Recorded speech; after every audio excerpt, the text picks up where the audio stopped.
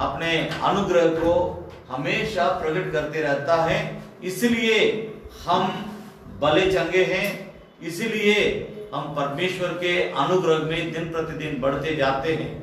उसकी प्यार और उसकी मोहब्बत, वो हमसे जो स्नेह करता है, उसके चलते हम नाना प्रकार के समस्या के बीच में रहने के बावजूद भी हम आगे बढ़ते जाते हैं। इसकी एक ही एक कारण है, परमेश्वर हमसे बहुत प्यार करता है। इस बात को समझते हुए लगातार you are the temple of God, तुम एक परमेश्वर की मंदिर हो, इस मुद्दा के आधार पर लगातार हम परमेश्वर का वचन को अध्ययन करते आ रहे हैं। बीते लगातार 4 हफ्ता एक मुद्दा के आधार पर हम परमेश्वर का वचन को अध्ययन किए थे कि पवित्र मंदिर बनो। इस आधार पर 4 हफ्ता हम बीते 4 हफ्ता हम परमेश्वर का वचन को अध्ययन किए थे। लेकिन आज एक उसी मुद्दा के आधार पर एक बात को हम आपके सामने लाना चाहते हैं कि क्राइस्ट ड्वेलिंग टेम्पल, मसीह के निवास स्थान। इस आधार पर मैं आज परमेश्वर के वचन को आपके सामने रखना चाहता हूं। मैं बारंबार क्यों इस मुद्दा पर जोर दे रहा हूं, इस पर आप विशेष ध्यान दीजिए। क्यों बारंबार हम आपको याद दिलाने के लिए कोशिश करते हैं, हम भी याद करते रहते हैं कि हम परमेश्वर के मंदिर हैं, हमारा शरीर परमेश्वर का मंदिर है, परमेश्वर की आत्मा हम में वास करना चाहता है। कि इसके लिए इस बात को क्यों बारंबार आपको परमेश्वर के वचन के द्वारा याद दिलाते हैं। हम याद करते हैं, इसलिए हम आपको याद दिलाते हैं। बारंबार इस बात को हम याद करते रहते हैं क्योंकि ये जो दुनिया है भ्रष्ट हो चुकी है, पाप के कारण, अधर्म के कारण, भ्रष्टाचार के कारण, नाना प्रकार की बातों के कारण। आज सब कोई जानते हैं हमारे देश में महिलाओं की सुरक्षा नहीं है। मतलब इतना अनर्थ कार्य, इतना दिल को दुख देने वाली, दुख पहुंचाने वाली बातें, घटनाएं रोज हमारे देश में होती रहती है। ना केवल हमारे देश में, पूरा विश्व में इसी प्रकार की परिस्थिति है। तो इस बात को जब हम देखते हैं तब हमें एक बात को याद करना चाहिए कि प्रभु यीशु मसीह का जो दुनिया के अंत के बारे में बयानें थी, उसमें से एक बयान को आपके सामने मैं रखना चाहता हूं कि अधर्म दुनिया में, संसार में अधर्म बढ़ने से अनेकों को प्यार ठंडा हो जाएगा। तो इसको हम इन दिनों में देख रहे हैं। मत्ती 24 अध्याय में लिखा, बाद में आप जाकर के पढ़ लीजिएगा। मेरी बात पर ध्यान दीजिए। मैं क्यों इस प्रकार की बातों को बारंबार याद दिलाते रहता हूं। मैं याद करता हूं इसलिए याद दिलाता हूं कि परमेश्वर हमें याद दिलाता है, तुम परमेश्वर के मंदिर हो, तुम्हारा शरीर पवित्र आत्मा का मंदिर है, परमेश्वर का आत्मा तुम में वास करना चाहता है। तो क्यों इस बात को मैं बारंबार आपके सामने रखता हूं। मैं आज भी एक बार मैं फिर आपको याद दिलाना चाहता हूं, दुनिया में इंसानों का प्यार और प्रेम धीरे धीरे ठंडा होती जाती है। इतना ठंडा हो गया है कि इंसान के विरोध में किसी भी हक में जाके कुछ भी करने के लिए तैयार है। ऐसा जमाने में हम जीवन बिता रहे। इसका एक ही एक कारण मैं तीसरी बार याद दिला रहा हूं कि प्रभु यीशु मसीह का भविष्यवाणी कि अनेकों का प्यार इसलिए ठंडा हो जाएगा क्योंकि दुनिया में अधर्म बढ़ जाएगा। तो उस बात को हम इन दिनों में देख रहे हैं। इसमें एक और संकेत भी है कि जब इस प्रकार की बातों को होते हुए देखोगे तब समझ लेना कि मेरा आना निकट है। तो इसीलिए मैं आपको बारंबार याद दिलाते रहता हूं कि परमेश्वर के नाम की स्तुति और प्रशंसा होने पाए। हमारा शरीर, हम परमेश्वर के मंदिर हैं। परमेश्वर का पवित्र आत्मा हमारे अंदर वास करना चाहता है। परमेश्वर का निवास स्थान के रूप में परमेश्वर हमारा दिल को, हमारा शरीर को वो बदलना चाहता है। जब हम बपतिस्मा लेते हैं उस समय हम मसीह को पहन लेते हैं। ये सच्चाई और ये सत्य है। मेरी बात पर ध्यान दीजिएगा। जब हम बपतिस्मा लेते हैं उस समय हम मसीह को पहन लेते हैं। तो इसका मतलब हमारा रूप, रंग, सब कुछ उस जगह से बदल जाती है। बदल जाना है, बदलना ही पड़ेगा। अगर अभी तक उस प्रकार की परिवर्तन आपके अंदर नहीं आई है, इस प्रकार के वचनों को सुन करके आप अपने जीवन में परिवर्तन को लाने के लिए कोशिश कीजिए, क्योंकि दिन बुरे हैं। इसलिए अवसर को बहुमूल्य समझो।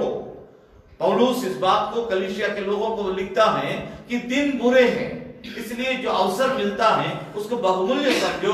उस अवसर के द्वारा तुम अपना जिंदगी को, अपने जीवन को, अपना शरीर को परिवर्तित करो कि परमेश्वर का आत्मा तुम्हारे अंदर रहने लायक उसका निवास स्थान हो जाए, प्रभु यीशु का निवास स्थान हो जाए, पवित्र आत्मा का निवास स्थान हो जाए। मैं फिर याद दिलाना चाहता हूं, मसीह के निवास स्थान, इस मुद्दा के आधार पर मैं आपको इस सुबह के समय में परमेश्वर का वचन को आपके सामने रखना चाहता हूं, इस पर ध्यान दें।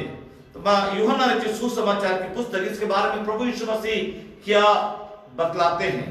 हम प्रभु यीशु के प्रचार में से हम इस सुबह के समय में दो बात को आपके सामने रखते हैं, उसके बाद पौलुस की एक बात को मैं आपके सामने रखना चाहता हूं, तीन बात को मैं आपके सामने रखना चाहता हूं। ध्यान दीजिएगा, यूहन्ना रचित सुसमाचार की पुस्तक उसकी 14 अध्याय पहले 20 पद को पढ़ेंगे। 14 का 20। उस दिन तुम जानोगे कि मैं अपने पिता में हूँ और तुम मुझ में। ध्यान दीजिए, नहीं 20 पद सिर्फ ध्यान दीजिएगा, मैं क्या बोलना चाहता हूं इस पर ध्यान दीजिए। प्रभु यीशु मसीह हमारे साथ की रिश्ता के बारे में यहां पर बातचीत करता है। वो कैसे हम परमेश्वर के मंदिर बन पाएंगे, कैसा हमारा शरीर या हमारा दिल परमेश्वर का रहने के निवास स्थान हो जाएगी, उस संबंध में प्रभु यीशु मसीह यहां पर बातचीत करते हैं। समझने के लिए हम कोशिश करें, जब तक सुनने वाले कोशिश नहीं करेंगे प्रार्थना के साथ परमेश्वर की आत्मा की मदद मांगते हुए आप जब तक कोशिश नहीं करेंगे, इस प्रकार की गहरा वेद को सीखना समझना बहुत मुश्किल है। प्रभु यीशु मसीह का यहाँ पर देखिए किस प्रकार का इस संबंध में किस प्रकार प्रभु यीशु मसीह लोगों को सिखाते हैं। उस दिन तुम जानोगे, किस दिन? जब प्रभु यीशु मसीह शारीरिक तौर से जीवित थे, उस समय में वो हमारे जैसे जीवित रहते हुए अपने चेलों के बीच में, अन्य लोगों के बीच में जब प्रचार कर रहा था, प्रचार करते समय में वो इस प्रकार कहता है कि उस दिन तुम जानोगे। जब भी मैं आपको उत्साहित कर रहा हूं, जब भी इस प्रकार की शब्दों को आप सुनते हैं, पढ़ते हैं, उसको आप आगे पीछे पढ़ के समझने के लिए कोशिश करना। एक सवाल आपके अंदर उठना चाहिए। बाइबल धर्मशास्त्र को जब कभी आप पढ़ते हैं, पढ़ने के समय में आपके अंदर ये एक सवाल है। यहाँ पर इस प्रकार एक सवाल को प्रभु यीशु मसीह हमारे अंदर खड़ा करता, सुनने वालों को खड़ा करता। उस दिन तुम जानोगे, तो तुरंत हमारे अंदर एक सवाल उठना चाहिए, प्रभु यीशु मसीह आखिर किस दिन के बारे में कहता है? उस दिन मतलब वो किस दिन है? वो व्यक्ति मतलब वो कौन व्यक्ति है? उस जगह मतलब वो कौन सा जगह है? जैसे इस प्रकार जब डार्क में रख के बात करने के जैसे इस प्रकार प्रभु यीशु मसीह यहां बात करता है, उसके शब्दों को देखिए। उस दिन तुम जानोगे, अभी नहीं जानोगे। अभी मैं, क्योंकि मैं जीवित हूं, अभी मैं तुम्हारे बीच में मैं चलता फिरता हूं, अभी मैं तुमको दिखाई दे रहा हूं, अभी मैं जो बोल रहा हूं उसको तुम सुनते हो, सब कुछ तुम्हारे सामने है। परंतु तुम उस दिन मेरे बारे में जानोगे। किस दिन? तो उसी के बारे में यहाँ पर प्रभु यीशु मसीह लिखता है कि प्रभु यीशु मसीह बतलाता है कि उस दिन तुम जानोगे कि मैं अपने पिता में हूं और तुम मुझ में हैं और मैं तुम में हूं। इस बात को समझे, मैं पिता में हूं और तुम मुझ में हैं, मैं तुम में हूं। इस रिश्ता को समझना बहुत जरूरी है। अगर ये इस रिश्ता को नहीं समझेंगे, हम कभी भी बाइबल को सही तरह से नहीं समझ पाएंगे। तो बाइबल धर्मशास्त्र बतलाते हैं प्रभु यीशु मसीह हमारा बिचुआ है, mediator. He is the mediator. पिता परमेश्वर और पृथ्वी में रहने वाले जो हम इंसान हैं, हम दोनों के बीच में वो मीडिएटर, मध्यस्थ है, वो बिचवाई करता है। जैसे एक अपराधी अपराध करने के बाद उस अपराधी और न्यायाधीश के बीच में एक वकालत करने के लिए एक वकील होते हैं, उस वकील की तरह प्रभु यीशु मसीह परमेश्वर पिता हम मानव जाति के बीच में वो वकालत हमारे लिए करता है। वो बिचवाई हैं, इस और मीडिएटर, वो हमारा मध्यस्थ है। इस बात को समझने की कोशिश कीजिए। इसलिए वो इस रिश्ता को अच्छी तरह से समझाना चाहते, हम कैसे परमेश्वर का निवास स्थान हो जाएंगे, हमारा शरीर कैसे परमेश्वर का निवास स्थान हो जाएगा, हमारा शरीर किस तरह, हमारा हृदय, हमारा दिल कैसे प्रभु यीशु मसीह का निवास स्थान हो जाएगा, एक सवाल है। उसका जवाब प्रभु यीशु मसीह यहाँ पर सुंदर ढंग से देते हैं कि उस दिन तुम जानोगे कि मैं अपने पिता में हूं और तुम मुझ में हैं और मैं तुम में हूं। मेरी बात को समझने की कोशिश, इन सारी बातों को समझने के लिए मैं कुछ वचनों को ऊपर से आपको पढ़ाना चाहता हूं, ध्यान दीजिएगा। 15 पद से हम लेकर के 15 पद से लेके हम 20 पद तक धीरे धीरे एक एक वचनों को हम पढ़ेंगे। यदि तुम मुझसे प्रेम रखते हो तो मेरी आज्ञाओं को मानोगे। देखिए रिश्ता किस तरह होती है परमेश्वर के साथ, मेरी रिश्ता किस तरह है, प्रभु यीशु मसीह हमें सिखाता है मेरी रिश्ता मेरे पिता के साथ किस तरह है, और उसी तरह तुम सभी लोगों की रिश्ता मेरे साथ होना है। तो उसके लिए मैं इस बात को बतला रहा हूं, यदि तुम मुझसे प्रेम रखते हो तो मेरी आज्ञाओं को तुम मानोगे। तो हमारा शरीर किस प्रकार परमेश्वर का निवास स्थान होगा, परमेश्वर की निवास स्थान होगा। सवालों का जवाब यहाँ स्पष्ट है, एकदम सुंदर ढंग से यहाँ पर दिया हुआ है। मैं मेरे पिता का सभी आज्ञाओं को मानता हूं, इसलिए मेरे पिता मेरे साथ है, मैं मेरे पिता के साथ हूं। लेकिन तुम्हारे साथ अगर मुझे रहना है, मेरी आज्ञाओं को तुमको मानना पड़ेगा। उस आज्ञाओं को मानने के लिए तुमको मुझसे प्यार करना पड़ेगा। प्यार में स्थिरता होना चाहिए। प्यार के बारे में हम पहला कुरिन्थियों 13 अध्याय को पूरा पढ़ेंगे तो सब कुछ समझ में आ जाएगा। लेकिन प्यार अटल होना चाहिए, हर परिस्थिति में प्यार स्थिर होना चाहिए, प्यार निष्कलंक होना चाहिए, प्यार निर्दोष होना चाहिए, प्यार में स्वार्थ नहीं होना है। तो इस प्रकार मैं बहुत बातों को बतला सकता हूं, लेकिन एक बात पर ध्यान दीजिए, जितने बातों को मैंने आपको बतलाया था प्यार के संबंध में, ये सब मसीह में था। उसके प्यार में कोई तरह का स्वार्थ नहीं था। अगर उसके अंदर स्वार्थ होता, वो अपना जीवन को बचाने के लिए क्रूस को इनकार कर दिया होता, क्रूस की मृत्यु को वो छोड़ दिया होता, क्योंकि उसको अपने से जितना प्यार था उससे ज्यादा प्यार हम पापियों से था। उस कारण उसने हम पापियों को बचाने के लिए अपना जीवन को क्रूस पर उसने बलिदान दे दिया। वजह उसमें स्वार्थ बिल्कुल नहीं था, उसके प्यार में बिल्कुल स्वार्थ नहीं था। मैं इसलिए इस बात को आपके सामने रखना चाहता हूं, मैं मेरे पिता से इसी रीति से प्यार करता हूं, मेरा पिता भी मुझसे इसी रीति से प्यार करता है। तो इसलिए मेरा पिता मुझसे इतना प्यार करता है, वजह एक है, मैं मेरे पिता के हर आज्ञाओं को मैं मानता हूं, उसके चलते वो मेरा मुझसे बहुत प्यार करता है। तो प्रभु यीशु मसीह उसी बात को हमें सिखाता है। क्या सिखाता है? यदि तुम मुझसे प्रेम रखते हो तो मेरी आज्ञाओं को मानोगे। तो यहां पर एक सवाल का जवाब स्पष्ट तौर से मिलता है।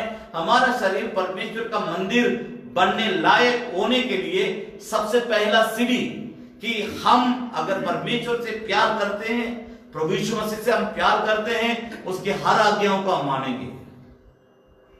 पुराना नियम बहुत कठोर है, व्यवस्था के बारे में मैं बोल रहा हूं। व्यवस्था में अगर आप 99 को पूरा करते हैं, एक भी अगर छोड़ देंगे, इसका मतलब आप आउट है, आप उस नियम से बाहर आ गए, उस खेल से, आप आत्मिक खेल से आप बाहर आ गए, तो आप disqualify, you will be disqualified. आप उसमें टिक नहीं सकते, उसके बाद आपको उठाकर फेंक दिया जाएगा। एक नियम, लेकिन परमेश्वर को धन्यवाद हो, उस जगह से प्रभु यीशु हमें बचाने के लिए हम बारंबार परमेश्वर की आज्ञाओं को मानते भी हैं, कभी कभी हम नहीं भी मानते हैं, लेकिन उसका प्यार हमारे लिए वकालत करती है, उसकी लहू हमारे लिए वकालत करती है, उसकी वो हमारे लिए वकील के जगह में होकर के पिता परमेश्वर से प्रार्थना करता है, विनती करता है, निवेदन करता है कि एक बार क्षमा कर दे, एक बार छोड़ दे।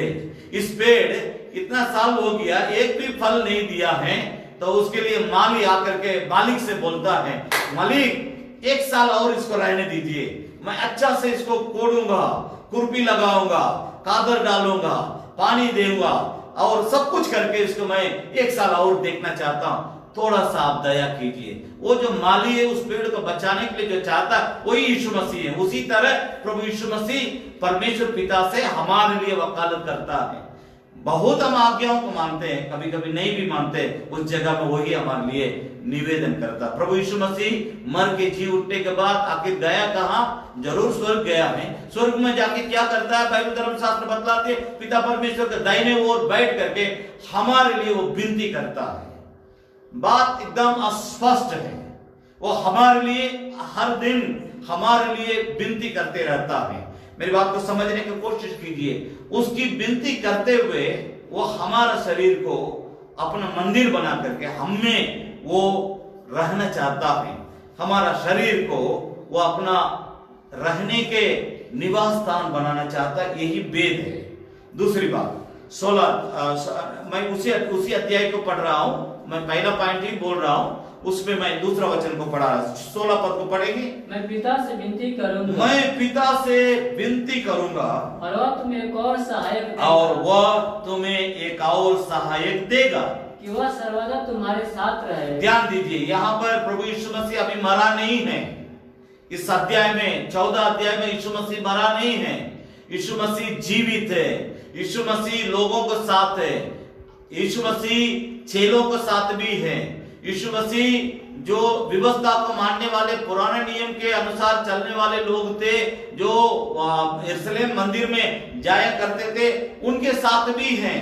व्यवस्थापक भी सुनते हैं और महायाजक भी सुनते। सबके सामने प्रभु यीशु अभी जीवित है। अभी यीशु मरा नहीं है। मेरी बात को समझने की कोशिश कीजिए। लेकिन वो 2 प्रकार हमारा शरीर के अंदर कार्य करने के लिए वो क्या कह रहा है कि मैं पिता से विनती करूंगा। मैं तो हूं, मैं तुम्हारे साथ हूं। मैं जैसा पिता के साथ हूं वैसे मैं तुम्हारे साथ भी हूं, परंतु इतना काफी नहीं है। मैं मेरे पिता से विनती करूंगा और वह तुम्हें एक और सहायक को देगा। ध्यान दीजिएगा, बहुत गंभीर और गहरी बात है। इसको समझना बहुत जरूरी है। प्रभु यीशु मसीह हमें अकेले नहीं, पवित्र आत्मा के द्वारा भी हमें संभालना चाहता है। पवित्र आत्मा के द्वारा भी हमें चलाना चाहता है। पवित्र आत्मा के लिए पिता परमेश्वर से प्रभु यीशु मसीह विनती करता है, मैं अकेले नहीं, परंतु मेरे साथ उस सहायक, एक और सहायक को मेरे लोगों के लिए भेज दीजिए पिता परमेश्वर, कि उस पवित्र आत्मा भी उनके अंदर रह करके उन्हें संभाले। वो शरीर, हमारा जो नाशमान शरीर है, इसको परमेश्वर अपना मंदिर बना करके हमारे अंदर, हमारे शरीर को निवास स्थान बना करके हमारे अंदर वो रहना पसंद करता है। इसके चलते वो विनती करता है कि आप एक और सहायक को भेज दीजिए।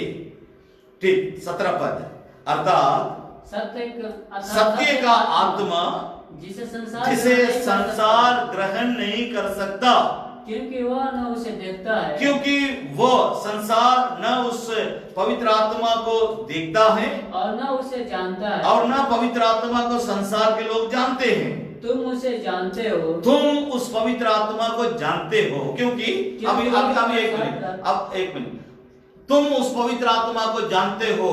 ध्यान दीजिए, पवित्र आत्मा को ये लोग अभी तक अभिषेक पाया ही नहीं। पवित्र आत्मा के बारे में प्रभु यीशु मसीह इन लोगों को सुना रहे हैं, अभी शिक्षा दे रहे हैं, लेकिन प्रभु यीशु मसीह उसमें एक बात को जोड़ के बोलते, तुम उस पवित्र आत्मा को जानते हो। दुनिया के लोग नहीं जानते हैं, दुनिया के लोग नहीं मानते हैं, लेकिन तुम जानते हो। तो ये तो एक कंट्रोवर्सी हो गया कि कैसे, मैं तो अभी तक आप ही से अभी हम लोग सुन रहे हैं प्रभु इस पवित्र आत्मा के बारे में, हम लोग कैसे जानते हैं, हम लोग कहां जानते हैं, हम लोग को कैसे मालूम है? तो मैं आपसे बतलाना चाहता हूं, प्रभु जब अंधों का आंख दिया, गुंगों को बोलने दिया, मृतकों को जिलाया, दुष्ट आत्मा के बंधन में रहने वाले लोगों को छुड़ाया, अंधकार में रहने वाले लोगों को ज्योति में ले आया, ये सब पवित्र आत्मा प्रभु में होके किया। जो भी काम किया है उस काम को किया तुमने देखा है। तुमने मेरे द्वारा पवित्र आत्मा ने जो भी अद्भुत कामों को किया, आश्चर्य कामों को किया, मृतकों को जिलाया, बंधनों में रहने वाले लोगों को छुटकारा दिया, उस सब काम को तुमने अपने आंखों से देखा। इसलिए वो कहता है दुनिया के लोग नहीं जानते लेकिन तुम तो जानते हो। तुमने मेरे द्वारा इस काम को पवित्र आत्मा जब किया उस समय तुमने देखा, क्योंकि प्रभु यीशु सेवकाई को शुरू करने से पहले सबसे पहले पवित्र आत्मा का सामर्थ, पवित्र आत्मा का अभिषेक पाने के लिए वो 40 दिन उपवास रहा। उसी समय में परमेश्वर उसको शक्ति दिया और शैतान को ऊपर प्रबल होने के लिए जब वो बपतिस्मा लिया था उस समय कबूतर के नाई पवित्र आत्मा उस पर आके बैठा और उस सामर्थ को उसने पाया। लोगों ने देखा, तुम जानते हो, जरूर संसार के लोग नहीं जानते लेकिन तुम तो जानते हो। मेरी बात को समझने की कोशिश कीजिए। इसलिए प्रभु यीशु मसीह कहता है 17 पद, अर्थात सत्य का आत्मा जिसे संसार ग्रहण नहीं कर सकता क्योंकि वह न उसे देखता है और न उसे जानता है। तुम उसे जानते हो क्योंकि वह तुम्हारे साथ रहता है, हालेलुया, और वह तुम में होगा। परमेश्वर के नाम की स्तुति हो। परमेश्वर के नाम की स्तुति। 18 पद उस किस तरह कनेक्ट कर रहा है, देखिए, पिता परमेश्वर मेरे साथ है, मैं तुम्हारे साथ हूं, तुम लोग मेरे साथ है। उस रिश्ता जब तक समझ में नहीं आएगा तब तक हमारा शरीर को हम परमेश्वर के निवास स्थान नहीं बना पाएंगे। तो इस बात को कहते हुए पिता परमेश्वर के बारे में बात करता है, अपने बारे में बात करता है, पवित्र आत्मा के बारे में बात करते हुए फटाक से एक बात को वहां पर प्रभु इस्तेमाल करता है। 18 पद, मैं तुम्हें अनाथ न छोड़ूंगा, मैं तुम्हारे पास आता हूं। ध्यान दीजिएगा गंभीर किस तरह प्रभु यीशु मसीह उसकी प्यार के जाल से हमें बांधता है। हम अकेले नहीं हैं। प्रभु यीशु कहता मैं अकेला नहीं हूं, जैसा मैं अकेला नहीं हूं वैसा तुम भी अकेले नहीं हैं। तुम्हारे लिए एक पिता है जो मेरा पिता है, तुम्हारे लिए एक प्रभु है जो मैं हूं, तुम्हारे लिए एक पवित्र आत्मा जो मेरे अंदर से मेरे द्वारा सबके जीवन में कार्य करता है, जो तुम्हारे अंदर भी है। उस पवित्र आत्मा को भले तुम अनुभव नहीं किया होगा लेकिन मेरे जीवन में जो काम कार्य करता है उस कार्य के द्वारा तुमने अपने आंखों से देखा है। उसके बाद प्रभु कहता है, इतना बात को कहने के बाद वो कहता है तुम अनाथ नहीं हो, मैं तुमको अनाथ नहीं छोड़ूंगा, मैं तुम्हारे पास आता हूं। और 19 पद, और थोड़ी देर रह गई है कि फिर संसार मुझे न देखेगा, फिर संसार मुझे नहीं देखेगा, परंतु तुम मुझे देखोगे, इसलिए कि मैं जीवित हूं, इसलिए कि मैं जीवित हूं, तुम भी जीवित रहोगे, तुम भी जीवित रहोगे। अभी 20 पद को पढ़ेंगे। उस दिन तुम जानोगे, उस दिन तुम जानोगे। किस दिन जानोगे? अभी जिस दिन दुनिया नहीं जानेगी, जिस दिन दुनिया को ये पता होगा कि यीशु मर गया, उस दिन तुम जानोगे मैं तुम्हारा अंदर हूं। मेरी बात को समझने की कोशिश कीजिए। मैं और पवित्र आत्मा तुम में वो करके तुम्हारा शरीर को, तुम्हारा जिंदगी को ऐसा हम लोग संवारेंगे कि तुम में से दुनिया देखेगी कि कौन तुम्हारा अंदर है। इसलिए बाइबल धर्मशास्त्र बतलाते जो दुनिया में है उससे बढ़कर हमारे अंदर रहने वाला परमेश्वर महान है। हालेलुया, परमेश्वर के नाम की स्तुति हो। उस दिन तुम देखोगे कि मैं अपने पिता में हूं और तुम मुझ में और मैं तुम में। ये रिश्ता को समझने की कोशिश कीजिए। पवित्र आत्मा के द्वारा परमेश्वर अपने पुत्र के द्वारा हमारे को बांध के रखना चाहता है, वो हमें अकेला नहीं छोड़ना चाहता है। बहुत लोग इस वचन को 18 पद जिस तरह लिखा है, मैं तुम्हें अनाथ नहीं छोड़ूंगा, मैं अनाथ नहीं छोड़ूंगा, मैं तुम्हारे पास, ये सुसमाचार प्रचार के लिए इस्तेमाल करते हैं, अच्छी बात है, परंतु उससे भी एक गहरा भेद है। परमेश्वर हमारे अंदर हमारा शरीर को, हमारा दिल को अपना रहने के निवास स्थान बना करके हमारे अंदर रहना पसंद करता है। मैं समझता हूं जरूर आप इस बात को समझ रहे होंगे, समझ गए होंगे। इस रीति से वो हमारे अंदर जीना चाहता है, इस रीति से वो हमारे अंदर रहना चाहता है, इस रीति से हमारा इस मरणहार शरीर को अपना रहने के निवास स्थान बनाना चाहता है। मैं दूसरा बात को बताने से पहले एक और बार उस वचन का, उस मुद्दा को याद दिलाना चाहता हूं। मसीह के निवास स्थान बनो। परमेश्वर के नाम की स्तुति हो। हम अपने शरीर, देखिए प्रभु यीशु मसीह का जन्म जब होना था उस समय उस गर्भवती मरियम, माता मरियम को लेकर के यूसुफ जाके सराय धर्मशालाओं में जाकर के वो पूछ रहा था कि मेरी पत्नी को बच्चा होने वाला, थोड़ा सा जगह दो, थोड़ा सा जगह दो। सब कोई भगा रहे, कहीं भी जगह नहीं, कोई भी जगह देने के लिए तैयार नहीं है। तो हम आपसे ये कहना चाहिए, एक वेद है, लेकिन प्रभु को जन्म लेने के लिए ऐसा जगह मिला है जो बाइबल स्कॉलर्स बोलते हैं गौशाला है। मेरी बात को समझने की कोशिश कीजिएगा। तो हमारा शरीर का अंदर परमेश्वर, उस महान परमेश्वर जो हमें मंदिर बनाने के लिए संसार में जन्म लेकर के आया, उस प्रभु जब वो हमारे अंदर आना चाहता, हमारे अंदर जीना चाहता, हमारे अंदर रहना चाहता है, तो हम इस बात को समझते हुए हम उसके साथ मिल के चले, हम अपना शरीर को परमेश्वर की निवास स्थान बना ले। नंबर 2, उसी यूहन्ना की सुसमाचार की पुस्तक, उसमें 17 अध्याय पहले 23 पद को पढ़ेंगे। मैं बारंबार इस बात पर आपका ध्यान को आकर्षण करना चाहता हूं। प्रभु यीशु मसीह सबसे पहले हमें हमारा शरीर को उसके रहने के निवास स्थान बनाने के लिए परमेश्वर पिता के साथ, पवित्र आत्मा के साथ, प्रभु यीशु के साथ हमारे रिश्ता जिस तरह होना चाहिए उसके बारे में वो सिखाता है। अगर रिश्ता सही है, वो हमारे अंदर रहने में उसको कोई दिक्कत नहीं है। नंबर 2, दूसरी पॉइंट, यूहन्ना रचित सुसमाचार की पुस्तक उसका 17 अध्याय 23 पद को पहले पढ़ेंगे। मैं उनमें, प्रभु यीशु मसीह कहता, मैं उनमें और तू मुझ में के, और तू मुझ में की, वे सिद्ध होकर एक हो जाएं, वे सिद्ध होकर एक हो जाएं, और संसार जाने कि तू ही मुझे भेजा, और संसार जाने कि तू ही मुझे भेजा है, और जैसा तूने मुझसे प्रेम रखा, और जैसा तूने मुझसे प्रेम रखा, वैसा ही उनसे प्रेम रखा। देखिए इस बात को समझ, वैसा ही उनसे भी प्रेम रखा है। प्रभु यीशु मसीह अपने बारे में भी कहता है, कलीसिया, उस पर विश्वास करने वाले लोगों के बारे में भी यहाँ पर कहता है। क्या कहना चाहता, मैं उनमें और तू मुझ में कि सिद्ध होकर एक हो जाए। देखिए ये बात गंभीर है। जब तक हम आत्मिक जीवन में सिद्धता की ओर बढ़ने के लिए सोचेंगे नहीं, कुछ करेंगे नहीं, सिद्धता ही हमारा जीवन को, हमारा शरीर को परमेश्वर की निवास स्थान बनाने का माध्यम है। मसीह में हमें सिद्ध होना है, पवित्रता में हमें सिद्ध होना है, मसीह के प्रेम में हमें सिद्ध होना है। कोई अगर गलत करता है उसको मुंह पर बोलो कि गलत है, कूल इट डाउन। गुप्त प्रेम से अच्छा है। किसी से हम गुप्त प्रेम करें और उसके सभी पापों को बर्दाश्त कर ले, गलत जिंदगी को बर्दाश्त कर ले, और कैसे भी वो बर्बाद हो जाए कोई बात नहीं, लेकिन हम उससे प्रेम करते रहेंगे, ये गुप्त प्रेम हुआ।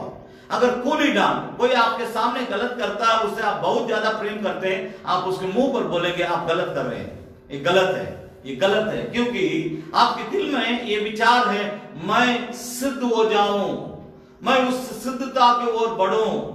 यहां एक बात रखेंगे, पौलुस का एक जीवन का अनुभव को बतलाते हैं। फिलिपियों के पत्री उसके 3री अध्याय, ध्यान दीजिएगा, फिलिपियों के पत्री उसकी 3री अध्याय 11 पद से लेकर पढ़ेंगे 3 का 11। पौलुस अपना अनुभव को लिखता है, क्या कहता है बताइए? कि मैं किसी भी रीति से, मैं किसी भी रीति से मरे हुए में से जी उठने के पद तक पहुंचूं। यह मतलब नहीं कि, ये मतलब नहीं कि मैं पा चुका हूँ या सिद्ध हो चुका हूँ। देखिए आपके पास कलम होगा तो नीचे अंडरलाइन कर ले। प्रभु यीशु मसीह के बाद नया नियम के कलीसिया के लोगों को परमेश्वर की स्वर्गीय आत्मिक धन की बातों को पौलुस से ज्यादा दूसरा किसी ने नहीं दिया। प्रभु यीशु मसीह पहला स्थान, दूसरा स्थान में पौलुस के तरह दूसरा कोई भी उतना आत्मिक बातों को प्रकट नहीं कर सका। इतना पहुंचा हुआ व्यक्ति यहां लिखता है मैं सिद्ध यह मतलब नहीं ये मतलब नहीं कि मैं पा चुका मैं हूँ पा चुका हूँ, या सिद्ध हो चुका मैं हूँ। सिद्ध हूँ। इसका मतलब मैं अभी तक सिद्ध नहीं हुआ, उस सिद्धता की ओर मैं बढ़ रहा हूँ। पढ़ेंगे, आगे पढ़ेंगे, जल्दी जल्दी पर उस पढ़ेंगे। पदार्थ को पकड़ने की मैं उस तरफ सिद्धता चला के जाता हूँ, पदार्थ को पाने के लिए उसके ओर, मैं सिद्धता के ओर मैं दौड़ा चला जाता हूँ। जिसके लिए मसीह यीशु ने मुझे पकड़ा अभी आपको रिश्ता समझ में आता होगा क्यों मसीह हमारे शरीर को, हमारे जीवन को संवारना चाहता है, सजाना चाहता है, या अपने रहने के निवास स्थान बनाना चाहता है। उस सिद्धता की ओर बढ़ना, परमेश्वर के रिश्ता में बने रहना, और एक मंदिर की तरह प्रभु यीशु मसीह बार-बार इस बात को कहता है, आज मैं तुम्हारे साथ हूं, कल मैं तुम्हारे साथ नहीं रहूंगा। तुम्हें देखने वाले मुझे देखें। इस बार यही वेद है। प्रभु कहता है बारंबार, आज मैं तुम्हारे साथ हूं, कल मैं तुम्हारे साथ नहीं रहूंगा।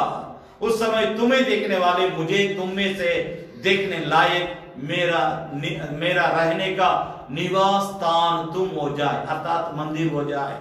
क्राइस्ट ड्वेलिंग टेम्पल, मसीह के रहने का निवास स्थान, या मसीह के रहने का एक मंदिर जैसे हमारा जीवन बन जाए, बदल जाए। पौलुस इसलिए बारंबार कहता है, मैं सिद्ध होना चाहता हूं, उस सिद्धता की ओर मैं बढ़ रहा हूं, लेकिन ये नहीं है मैं पा लिया हूं, मैं पाने के लिए दौड़ रहा हूं और दौड़ा चला जाता हूं। मेरी बात पर ध्यान दीजिए। उसी बात को यहां पर प्रभु यीशु मसीह बारंबार कहना चाहता हूं, सिद्धता की ओर। 23 पद को मैं पढ़ रहा हूं, 17 अध्याय यूहन्ना रचित सुसमाचार की पुस्तक। मैं उनमें और तू मुझ में कि वे सिद्ध होकर एक हो जाएं।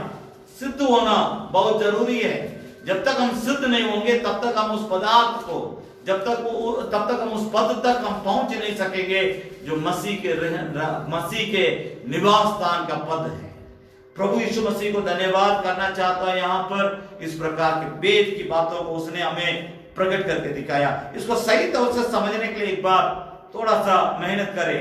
21 पद से लेकर 24 पद तक एक साथ पढ़ ले। उस सिद्धता और एकता और परिपूर्णता के बारे में और परमेश्वर के साथ के रिश्ता के बारे में मसीह यीशु, परमेश्वर पिता, कलीसिया तीनों के एक साथ किस प्रकार प्रभु यीशु मसीह जोड़ते हुए यहाँ पर बतलाता है। जैसा तू है पिता मुझ में, 21 पद 17 अध्याय यूहन्ना रचित, जैसा तू है पिता मुझ में और मैं तुझ में हूँ, मैं तुझ में हूँ, वैसे ही वे भी हम में हो। जिसे संसार विश्वास करे कि तू ही ने पिता ने प्रभु यीशु को भेजा है। वो महिमा जो तूने मुझे दी, वो महिमा जो तूने मुझे दी है, मैंने उन्हें दी है कि वे वैसे ही एक हो, जैसे कि हम एक हैं। जैसे हम, देखिए बार-बार इस बात पर जोर दिया जाता, मसीह परमेश्वर को अंदर लेके चलने का मतलब वे दोनों एक है। हम मसीह के साथ, पवित्र आत्मा के साथ, परमेश्वर पिता के साथ जब तक एक नहीं होंगे तब तक हम मसीह के निवास स्थान हमारा शरीर नहीं हो सकता है। जब तक मन एक दूसरे के साथ सटेगा नहीं, विचार एक दूसरे के साथ सटेगा नहीं, जीवन एक दूसरे के साथ सटेगा नहीं, एक दूसरे में हम रहना मुश्किल है। इसलिए इस बात को प्रभु यीशु मसीह स्पष्ट तौर से कहता है। 23 पद, मैं उनमें और तू मुझ में कि वे सिद्ध होकर एक हो जाएं, और संसार जाने की और जगत जाने की तू ही ने मुझे भेजा है, और जैसा तूने मुझसे प्रेम रखा है वैसे ही उनसे प्रेम रखा है। हे पिता मैं चाहता हूँ कि जिन्हें तूने मुझे दिया है, जहाँ मैं हूँ वहाँ वे भी मेरे साथ हो, कि वे मेरी उस महिमा को देखें, क्योंकि वे मेरी उस महिमा को देखें जो तूने मुझे दी है, क्योंकि तूने जगत की उत्पत्ति से पहले मुझसे प्रेम रखा। ध्यान दीजिएगा, बहुत गहरी बात को परमेश्वर यहाँ पर हमें सिखाता है। प्रभु यीशु मसीह, पहला पद जो मैंने आपको पढ़ाया था 14 अध्याय में, वहां एक बात पर जोर देता, मैं पिता में हूं, पिता तुम मुझ में है, उसी तरह इन लोग भी मेरे साथ मुझ में रहे, इस प्रकार जोड़ता है।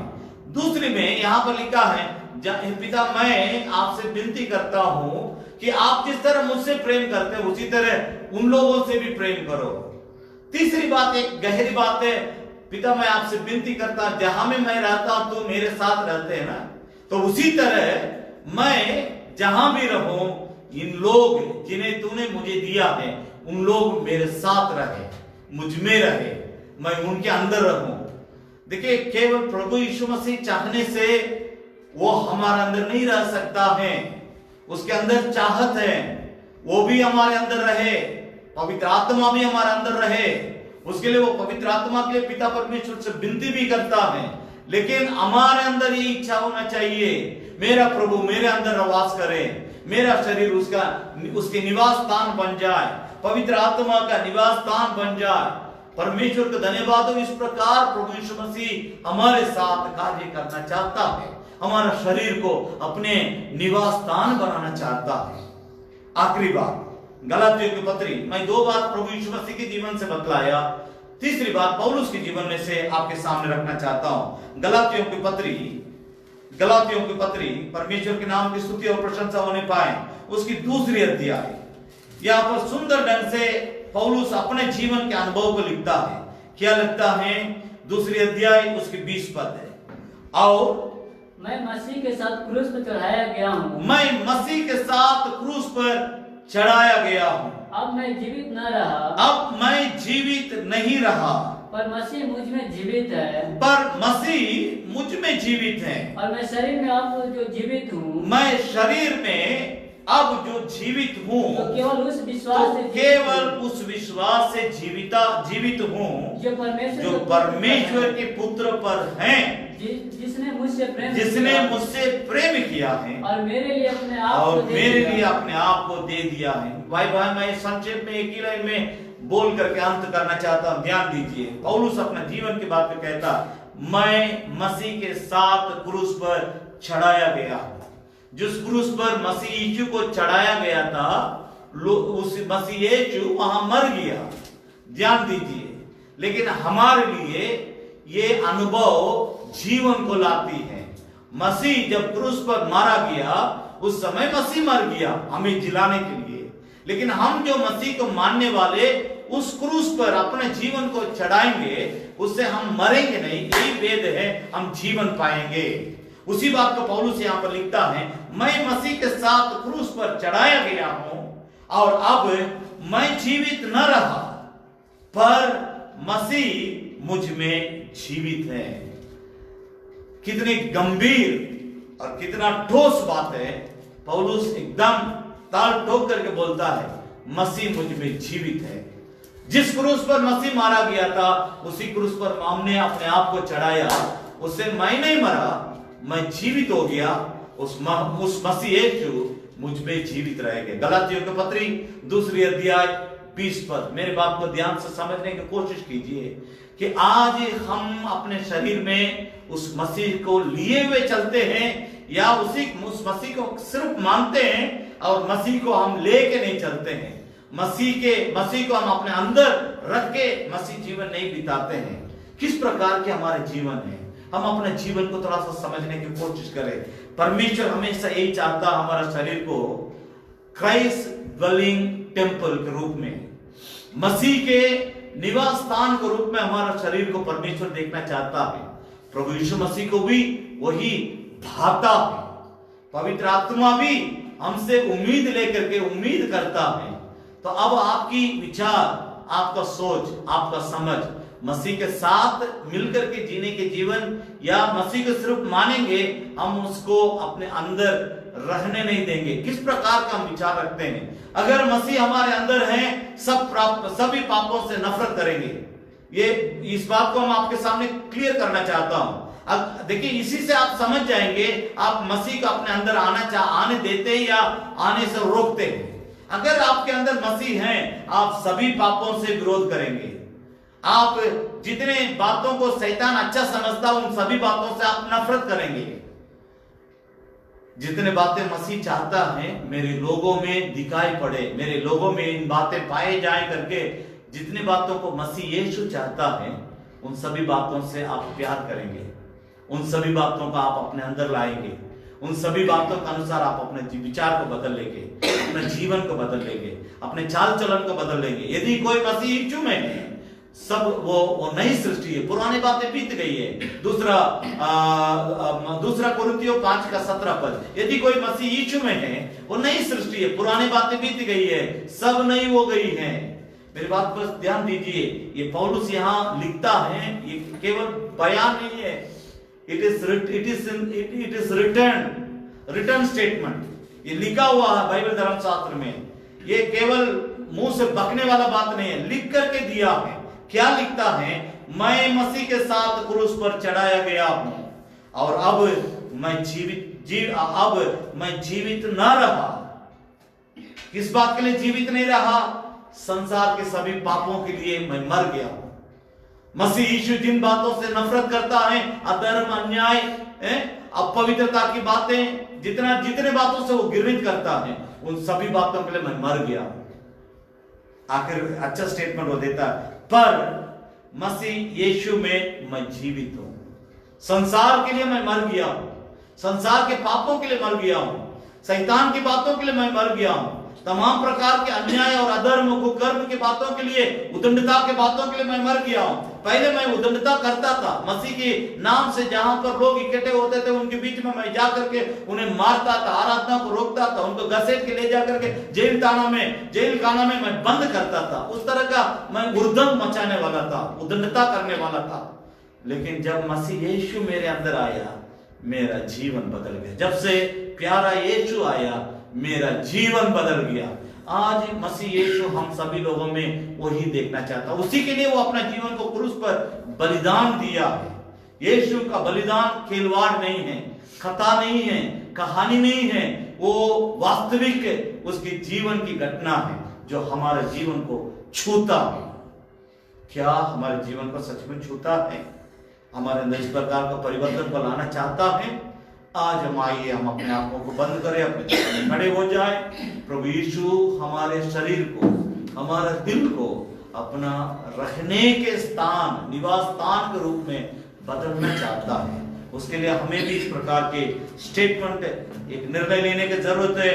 मैं मसीह के साथ क्रूस पर चढ़ाया गया हूं और अब मैं जीवित न रहा, संसार के तमाम पापों के लिए जीवित न रहा, पर मसीह मुझ में जीवित है। आइए हम अपने दोनों हाथों को उठा करके प्रभु से कहें, प्रभु तू मुझ में जीवित रहे। इस संसार के तमाम पापों के लिए मर जाए, इस संसार के तमाम गंदे जीवन के लिए मैं मर जाऊं। प्रभु जिन बातों से तू नफरत करता है, जो भी बातें तेरी दृष्टि में अधर्म और अनर्थ या परमेश्वर पिता घृणित के रूप में दिखाई पड़ती है, उन बातों से हम भी घृणा करें स्वामी, ताकि तू मुझ में जीवित रहे।